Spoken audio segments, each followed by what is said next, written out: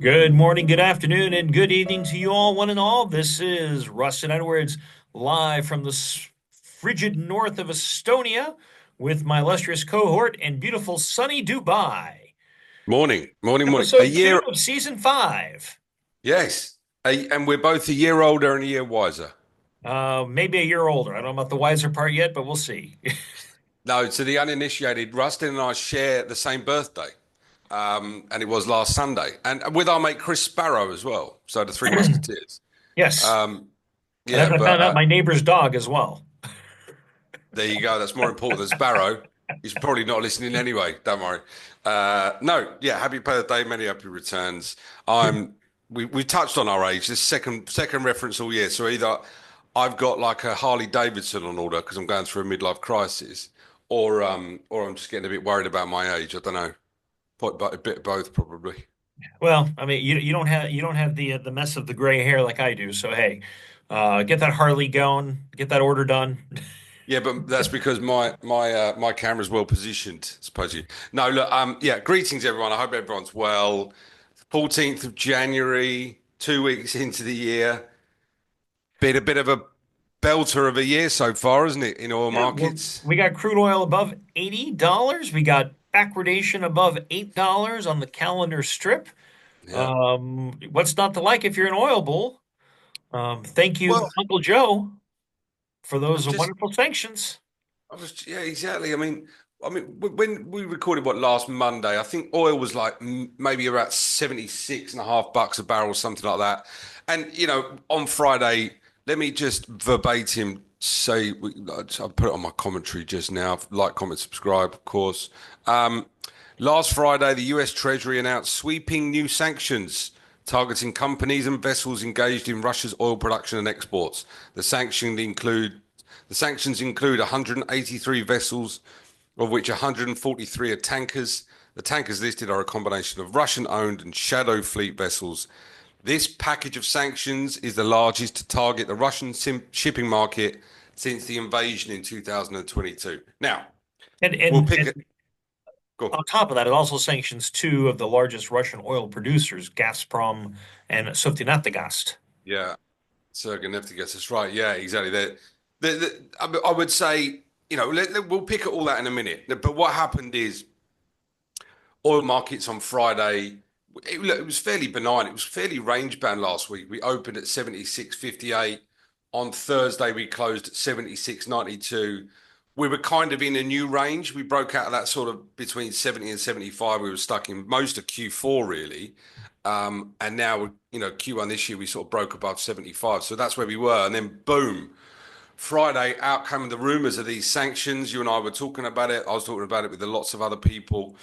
And then at 10 a.m. Eastern, we saw these OFAC sanctions come into force, and the market went from 77.03 was the low that day up to $80.75. There was a bit of a panic in the room. Look, what are your thoughts here? Like, what do we pick at here? We're not going to go into the weeds about the different oil companies. We try and keep neutral here. Try to, but flat price. The reaction on flat price Expected. fairly muted. Well, I would say the actual overall reaction was expected. I mean, it didn't, flat price Brent did eventually get it all the way up to about over $82 on yesterday's trading once the Asian market came in and had a chance to react to the same amount of Yeah. news. It's now come off. I mean, we're now just down just barely over 80. I think 80.35 right now on the front month. Yes, we Um, are. Yeah. and when you think of it in the scope of information comes out, the market has a knee-jerk reaction to what looks like it's going to be tremendously bullish information, and there is probably some bullish bias to that. Yeah. Uh, we said it during last week's podcast that there was a definite bullish bias in the market because people are expecting new sanctions to come out at some point. Okay, now the market's got their new sanctions, and the sanctions didn't disappoint. I mean, I think they hit right along the lines what everybody was expecting. Some oil trading firms were hit. Yeah. So a lot of ships were hit, and that was, I think, all par for the course that everybody was expecting to see that happen. Now, the big question is what is the real impact to oil flows versus the perceived impact. Because right now, there is a wide range of numbers being thrown out by various analysts, everything from zero impact to 3 million barrels a day of impact. Yeah. And depending on where you want to fall within that range, which is a fairly wide range, would dictate where you think flat price and ultimately crude structure is going to go.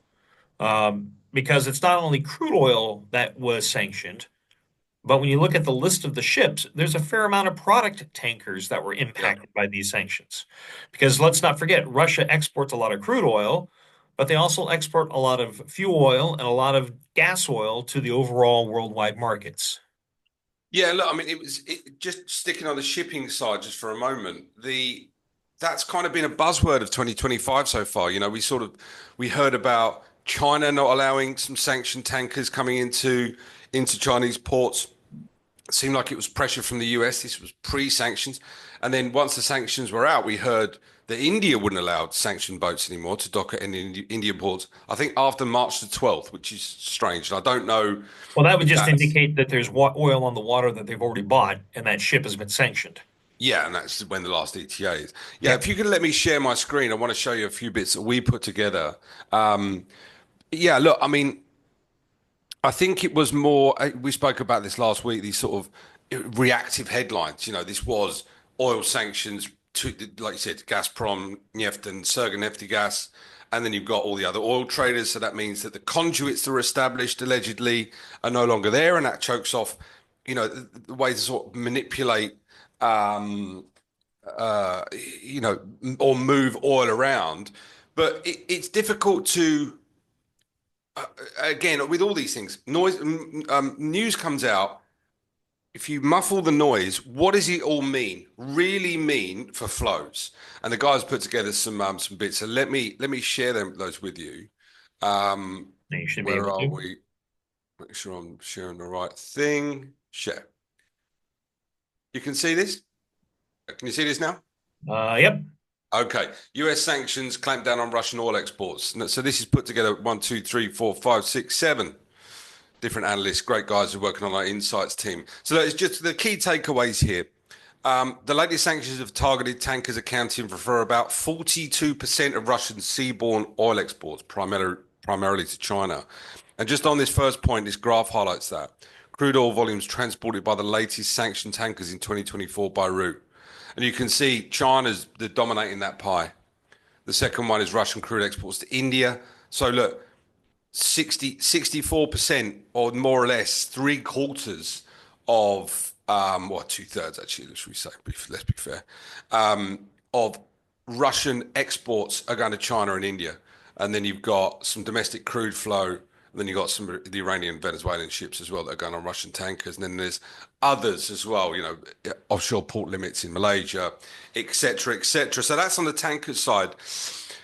But I agree with you. I mean, some people said, "Oh, it's going to be 3 million barrels a day off." I think there was one agency this morning that was quoted that 700,000 barrels a day is going to be the impact of Russian flows immediately.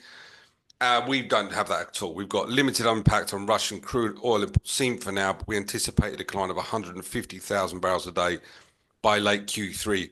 Crude exports should remain stable, however, as priority is given to crude over fuel oil exports. 150,000 barrels a day, a relative drop in the ocean, literally, and not until late Q3, so really sort of September time, something like that. But yeah, I And would. that doesn't take into consideration that, as I like to say, in my best Jeff Goldblum, oil will find a way. Yes, They will find a way to make the oil move and supply their suppliers because, the one thing is that the U.S. and the EU have a definite, negative bias to taking on Russian oil products fully sanctioned. You can't bring Russian oil or products into those markets. However, there is a fair amount of the rest of the world that really doesn't care. And they yeah, will take Russian oil and Russian crude oil and oil products regardless because of the price. Number one. Number two, because they would rather be friends with Russia than friends with the United States. And so, with that in mind, yeah, there might be a bit more rearranging of flows, but I think, for the matter of fact, I think there's probably very little real impact to the actual flow of oil. and the Yeah. actual supply of oil to the market. And so that means that everything we've seen here on this rally in Brent and rally in crude structure is probably capped. We're probably Yeah, at. I agree. Yeah, I think we just shade under $82 a barrel yesterday. I think that probably is. I mean, just before we market reaction, what could happen there? Oh, what's your thought here about an American? By the way, I just want to say, I know you're a Californian. I hope everyone is well in the state of California with the terrible wildfires. It's just unbelievable looking at it. So I hope everyone is as well as possible, and the rains come quickly. But just in terms of what it means, is this more sort of Biden with a parting gift for the Trump administration, or would you think it would have sort of carried on that way? I know bureaucracy involved in government, in US politics. I know that's what Musk is trying to break down, but eh, is this something that he wanted to put in place before Trump starts next week with his, sworn in for the second term? Well, if everybody remembers that there was a definite bias in the U.S. government not to see oil prices go up too high going into an election year cycle. And so there was a definite, say, almost feels like a curtailment of doing more against Russian economy by not impacting or attacking the Russian oil flows directly. I mean, the whole Mm, price cap regime was there to allow for Russian oil to trade, but to limit the amount of positive income that the Russian government could receive. Now, people have been I would think, savvy enough to figure out other ways to make sure that they're paying a fair price for the oil to the supplier, yet still remain under the price cap. And I'm sure that's where a lot of these sanctions came in, was that, they saw who was gaming the system where, and yeah. okay, you're capped, you're hit, you're hit, you're hit. But nevertheless, now that you've actually implemented these sanctions, a week before the Trump administration comes into power, the election cycle's over, so there is no need to keep oil prices low, thus keep inflation low in the United States, thus also impact gasoline prices at the pump Mm, because the Biden administration's leaving the office. So you end up giving to the incoming administration a very inflationary action because, okay, there's been a 7% increase in crude. Now, if those prices hold and they stay at 7% increase over the next 2 or 3 months, that's going to roll directly into the cost structure of everybody who runs any type of truck, which is going to roll into the cost and ship an airplane, which is going to roll into higher income or higher prices, which means higher yeah. inflation.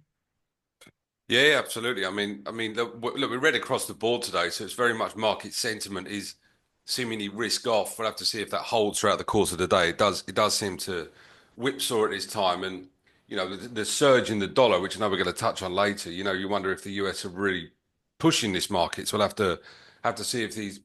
I mean, gas oil's down $1 a barrel, and Brent now down 50 cents. Yeah, look, I agree. I think it's the one that these decisions are not made sort of like they have a meeting the night before and say tomorrow we're going to announce these sanctions. These are long planned, heavily investigated measures that the U.S. Treasury Department took on Friday.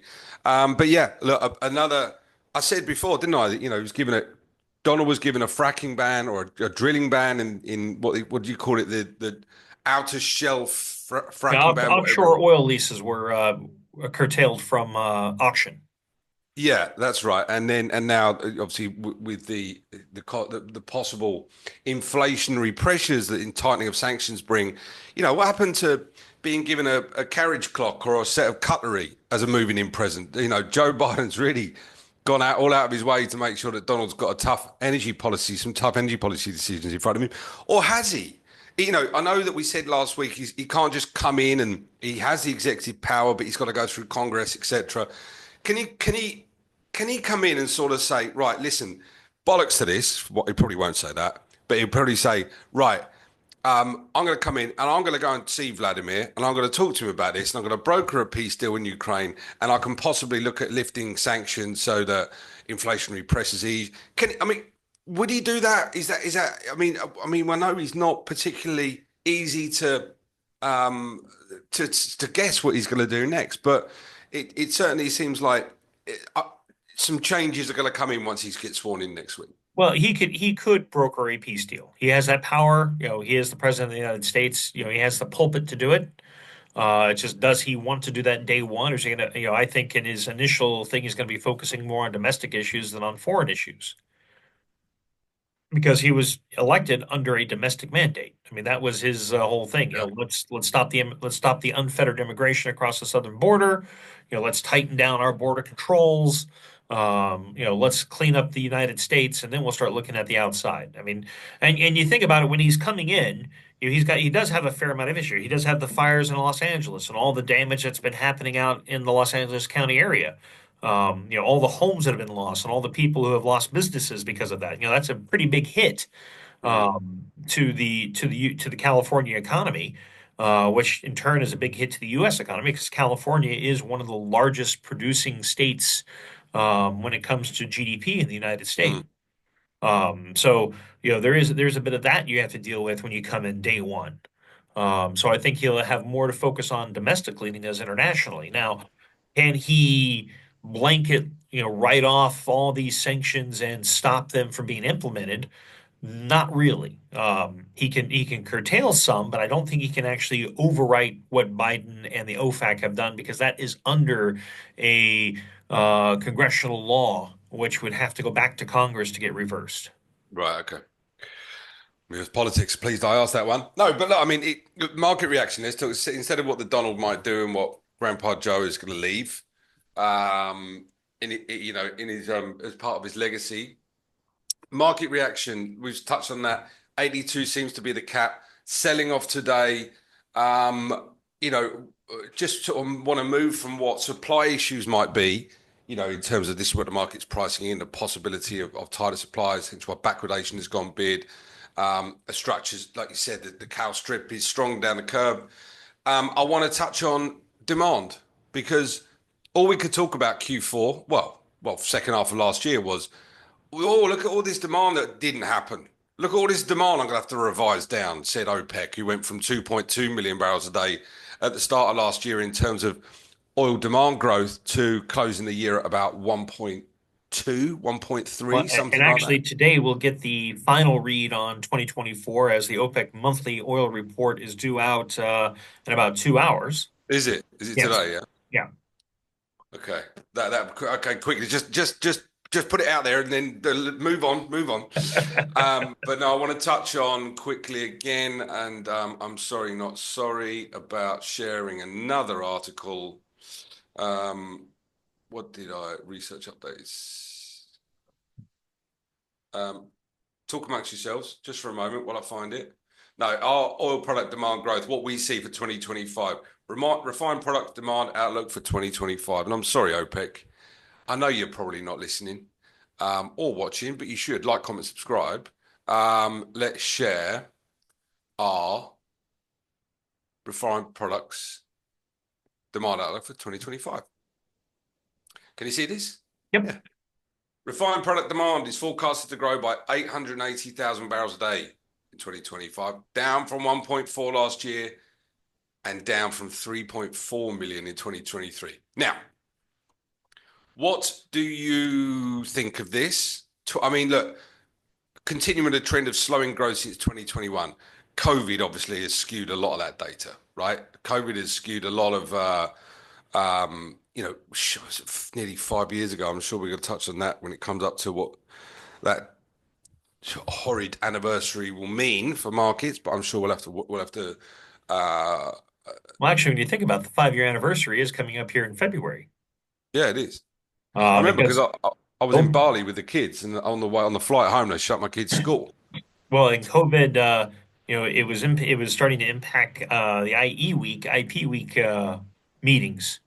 Uh, That's right. the week before IP week is when it all broke out, because I went from having a full meeting slate to having no meetings. Yes, that's right. And then, yeah, instead of having meetings, you came out with COVID. But Yeah. anyway, let's touch on that next month. So what have we got? Let's just break it down.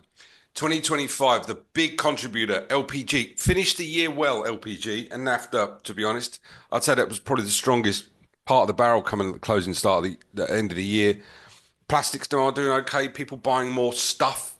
So LPG will lead demand growth among which refined products I 2025. find that very interesting because when you look at the manufacturing PMI data, which happen to use a lot of plastics, they're showing contraction still across most economies.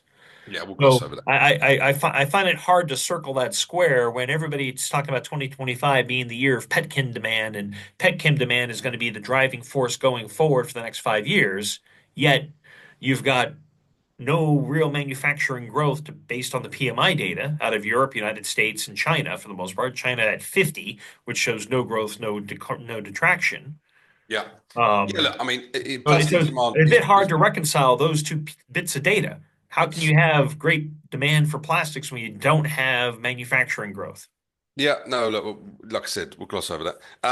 No, the 2025 is, the theme of our refined products outlook in terms of growth is cleaner fuels, right? So places like Southeast Asia, India, parts of China, where they're going to need cleaner cooking fuels like propane, that is what's going to be one of the main drivers as well, right? So, we've got naphtha demand. Naphtha demand is going to be well, will remain subdued. 2025, you can see here, Asia down here, 120, about 100,000 barrels a day. Not even that. It's going to be pretty weak in the naphtha market. Better than it has been. But it's Um, still predicated on the fact that you guys that the world is assuming there will be a lot of petchem demand. Yeah, yeah, that's certainly in it. I mean, look, reach out to your friendly Keplerian neighborhood Keplerian if you want more to dive deeper into the weeds. But let's just move on before we just sort of label all of these. Global gasoline demand is expected to slow significantly, increasing by just 230,000 barrels a day in 2025. You can see 2023 it was way up here, just under 800,000 barrels a day. Last year about 520, and then we're halving that again. It's a story literally of halving each year.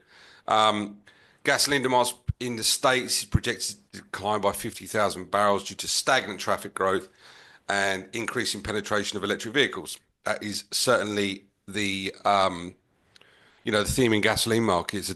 China, Well, EV adoption in China especially. and the other thing that's interesting about European gasoline demand is in 2025 you have the new carbon tariff on European car manufacturers. If they don't Yeah, sell so many alternative fuel vehicles, they're going to get hit with huge carbon tax. And so be curious to see how that actually impacts gasoline demand in Europe. Does it go from a slight growth to a slight negative if they start selling more electric vehicles? yeah, yeah. I mean, look, it's a slight bright spot. Is Africa, which seems to be pretty steady. But look, I mean, God alive, you don't want to be a jet fuel trader, do you? Jet fuel demand growth is forecast to decelerate sharply from 470,000 barrels a day in 2024 to 210,000 barrels this year. Um, the recovery in air traffic that has not occurred and is expected to be lost at least in the short to medium term is concentrated on international routes involving China. Gas oil Gas oil is forecast to grow modestly by 160,000 barrels a day. Again, that 2023 was a blockbuster year. We know that for a lot of people. Everyone was back in 2023. 2024, the opposite, more or less. 2025, a bit of a recovery. Fuel oil demand growth we actually see dropping this year. Dropped not as much as last year. But look, I know you want to. We'll just touch on this for a bit, shall we? We got the ECA. Do you want to explain what this new ECA zone is that's coming to the Med from the Jan 1st this year?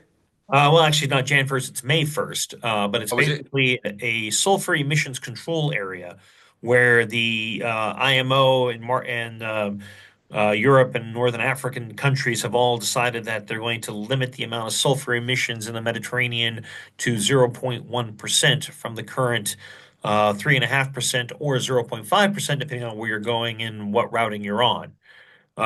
So this will be a dramatic increase in the amount of lower sulfur fuels being consumed in the Mediterranean, which kicks off probably in May 1st. Now, the Mediterranean makes up roughly 13% of global bunker consumption, all the ships that transit through the Mediterranean, which is about 24 million tons of fuel that's consumed in the Med on a annual basis. That's a lot. That's a lot of fuel.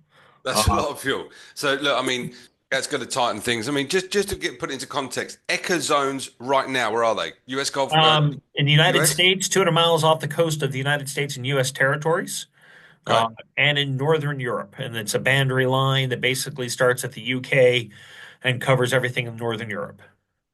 okay.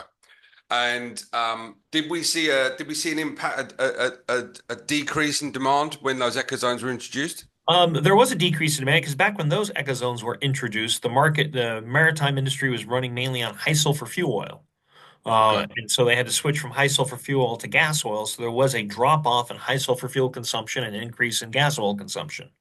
okay, But okay. those areas, despite the size of those areas, the routing through those areas to limit your exposure to the gas oil consumption is fairly easy to do. Yeah, And so you saw a lot of rerouting of vessels instead of transiting through the English Channel. For instance, you would transit north of England, have a shorter route where you're on gas oil, and switch back to your normal higher sulfur fuel once you got past the Shetland Islands. So there was a lot of different things that happened because of it, but nevertheless, so the impact was there, but it's not as material as the Mediterranean because the Mediterranean is a large body of water yeah, of with a course. lot of maritime traffic. Traffic through the Suez being down, it doesn't have a detrimental effects on med bunker supply or demand? Well, it's there are two ways to look at this. When you say med bunker demand, to me that implies people buying fuel in the Mediterranean when they stop and do cargo operations, whatever, versus med fuel consumption, which is every molecule of fuel that's consumed from the Straits of Gibraltar to the Dardanelles and the Black Sea and the Suez Canal. And so you have to look at this from the overall consumption aspect because not every ship that operates in the Mediterranean bunkers in the Mediterranean. They bunker Okay. in other ports around the world. And so your net impact to overall fuel demand is going to be diffused demand impact because it's going to be ships that bunker in, say, the Caribbean or in West Africa or down in South America going into the Mediterranean are going to buy less fuel oil, more gas oil in those markets. Same thing if you're coming out of Fujairah going into the Mediterranean and you happen to run the gauntlet of the Houthis, you're going to buy less fuel, more gas oil. Okay. I mean, look, we see with the Med's new ECA, this puts 250,000 tons to 400,000 tons a month of VLSFO demand at risk of substitution. You think it's more than that, though? I think it's more than that. I Okay. think I think those numbers reflect what is bought in the port, not in the bunker ports, not what is Okay. consumed in Well, the. we'll take that offline to get our methodology right. But you actually see that fuel oil demand could decline even further than what we're forecasting. That would be my guess. I mean, I would think that it's a case of VLSFO demand versus do you see substitution for vessels that are fitted with scrubbers that can scrub the fuel down to zero point 0.1 fuel, 1.1 sulfur emission because it's the emission, not so much what you burn. Okay. But I think what will end up happening is most ships will opt to burn gas oil because most ships have only limited infrastructure on board to have multiple grades of fuel oil on board. So they'll carry an out at sea fuel and their Ecozone import fuel, which is Okay. typically gas oil. Or you'll see ships switch over to LNG and operate net gas ships will operate more and more in the Med. Yeah. Look, I mean, just on that LNG subject, I mean, um, it's just in the Middle East, which largely been seen direct crude burns that Saudis have sometimes, or fuel oils predominantly being the main power generation feedstock in the Middle East, especially in the summer for air conditioning season. But we've got the ongoing transition to natural gas, renewables, and nuclear power, including the Baraka nuclear power plant of the UAE, will continue to reshape the region's energy landscape. So look, the residual part of the barrel had a good year last year. It performed well. And there's rumors right now what's happening in Fujairah, which we don't respond to rumors. But yeah, look, it's a muted demand growth year. That's what we've got, 800. Are we going to see peak oil demand over the next 5 years? I certainly think we will over the next 5 years. Whether it would be this year or next year doesn't really matter, but we think we're going to get there pretty soon. Um, yeah, look, regardless of peak oil demand, the world still needs a lot of oil, so it will continue to flow. And yeah, just maybe not as optimistically as OPEC plus Well, would I care to think I talk think about. at the end of the day, the world needs energy, not necessarily oil. And so energy will still flow. Oil's still going to be a part of that energy mix, but its dominance is going to continue to wane as we move further along and more efficient engines come in. Because one of the lines, if you read through your report, as we were slowly scrolling through it, was how much engine efficiency Mm, improvements are contributing to this lower demand profile. yeah, And so it's not just outright substitution of one fuel for another, but it's also the fact that we get more miles per BTU than we did in the past because yeah, we've become absolutely. better engineering at engines and better using of the waste of the engines to create more efficient operations. And so with that, you get lower fuel consumption. Yeah, absolutely. Well, look, just before we wrap up for the second week, I mean, we're going to record next week. I'll be in Singapore. I don't know if I'll be around, but we can do something later in the week probably. But I mean, the one thing I think that the whole world will be talking about and should be in the back of everyone's mind is the strength of the almighty dollar. Oh, yes. The US dollar is rip roaring strong 122, 122 flat more or less for cable, which is sterling versus dollar. and about That's close to a 102 three. on about 102 on the old dollar euro. Wow, that's going to get to parity. People have got dollar pegs like the UAE, Saudi, etc. It's cheaper for me to send money home, but it makes our things more expensive. But yeah, look, I mean, that is. I was saying to you before we came on today, is that a weak pound? There's probably a bit of that, but I think there's only a 6% chance now the market's pricing in a rate cut for January from the Fed. If things keep on coming in like strong growth jobs numbers on Friday, inflation still relatively high.